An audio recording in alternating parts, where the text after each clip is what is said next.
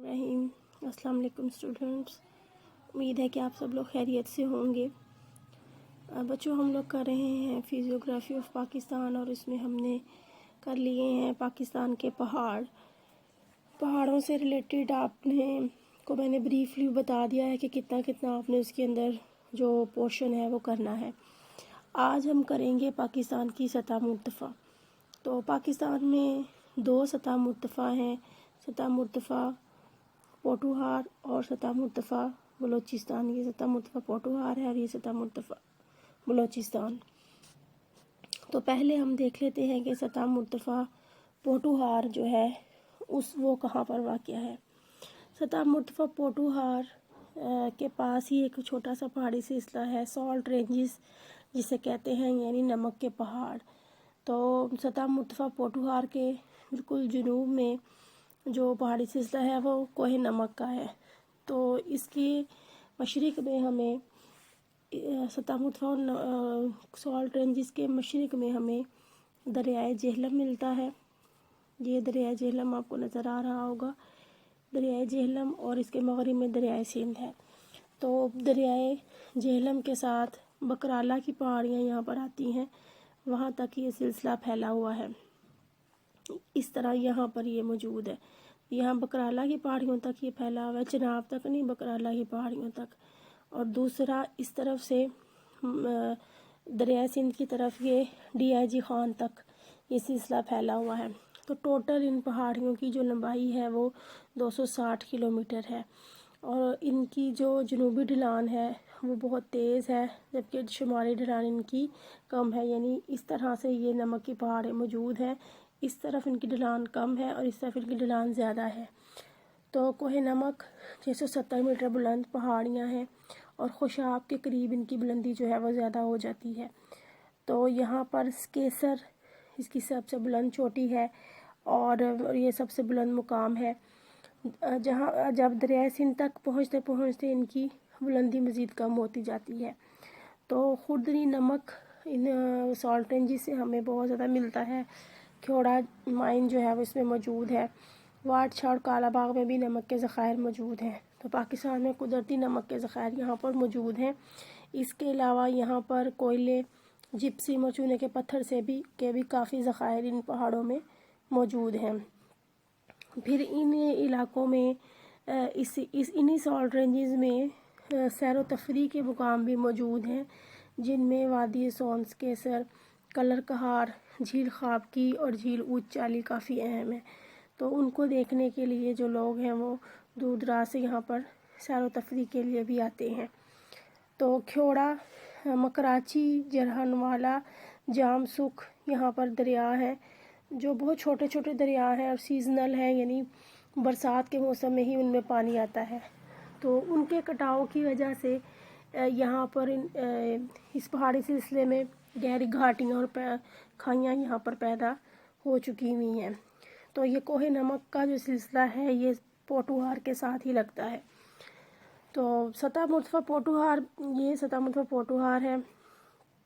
सतह मुर्तफ़ा पोटूहार के ये पूरा इलाका सतह मुर्तफ़ा पोटूहार का है। इसका जो हम लिखेंगे, इसकी मोहल्ले को अगर हम बताएं तो इसके यहाँ मशरिक़ में दरियाए जेहलम है और मग़रिब में दरियाए सिंध है।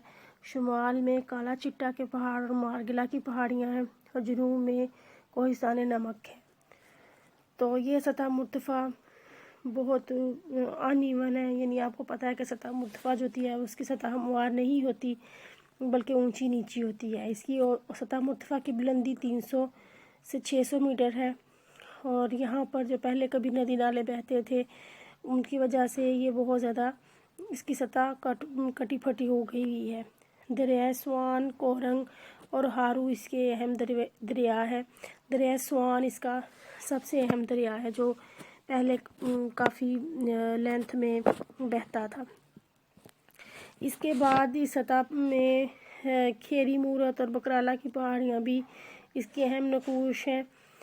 इसकी कटी पटी सतह की वजह से यहाँ पर काश्तकारी तो मुमकिन नहीं, लेकिन दरिया स्वान की वादी में महदूद किस्म की काश्तकारी होती है اور اس کا انحصار بھی آبپاشی پر ہے کہ وہاں پر پانی اگر فراہم ہو جائے تو پھر کاشتکاری ہو سکتی ہے۔ لیکن یہ سطح مرتفع معدنی نقطہ نظر سے اہم ہے، جس میں کوئلہ، جپسم، نمک اور معدنی تیل وغیرہ کے ذخائر ہمیں اس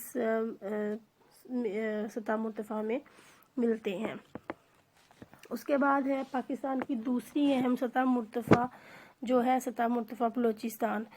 کوہ سلیمان کا پہاڑی سلسلہ ہم نے پڑھا تھا، شمال مغربی پہاڑوں میں آتا ہے۔ کوہ سلیمان کے جنوب مغرب اور کوہ کرتھار کے مغرب میں یہاں پر یہ کوہ سلیمان ہے، اس جگہ پر یہ سطح مرتفع واقع ہے۔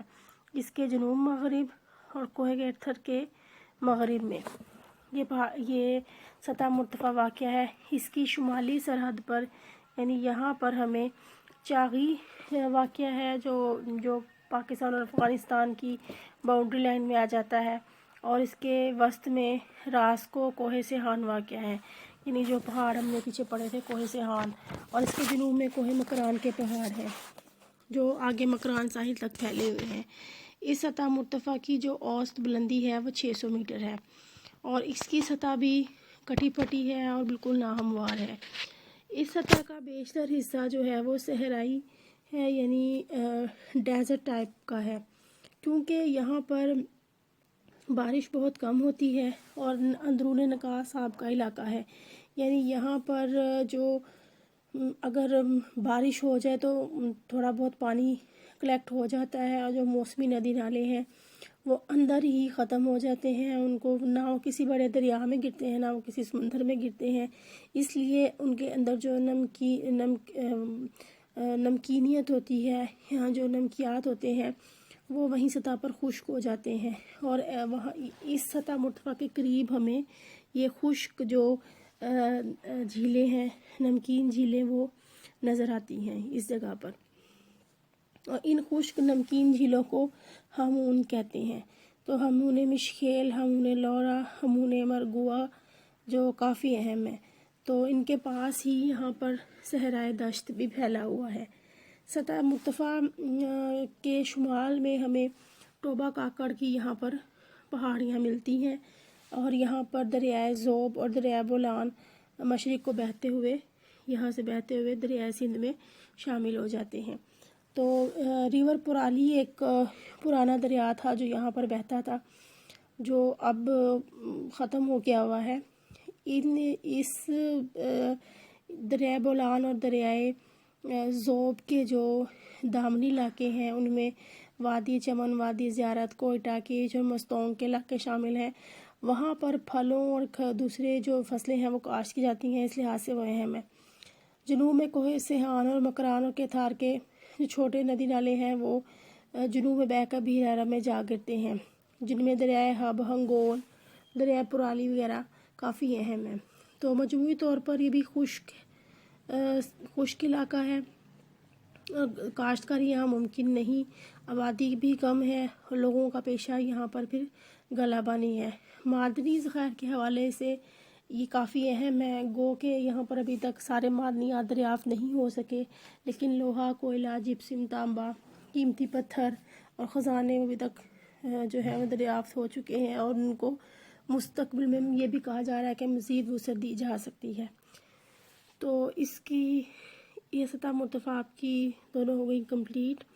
اب ان کو آپ نے اگر آپ میپ کے ساتھ پڑھیں گے اور اس کی ڈائیگرام بنا لیں گے مشرق مغرب میں جگہوں کو لکھ کے، تو پھر یہ آپ کو فوراً یاد ہو جائیں گی، اور اس کے ساتھ ان کے جو دریا ہیں اور ان کی معدنیات ہیں وہ آپ نے ذرا ذہن میں رکھنی ہے۔ تو یہ آپ کی کمپلیٹ ہو گئی۔ اب انشاءاللہ اب ہم نیکسٹ لیکچر میں کریں گے دریائے سندھ کا میدان۔ تو تب تک اپنا خیال رکھیے گا۔ اللہ حافظ۔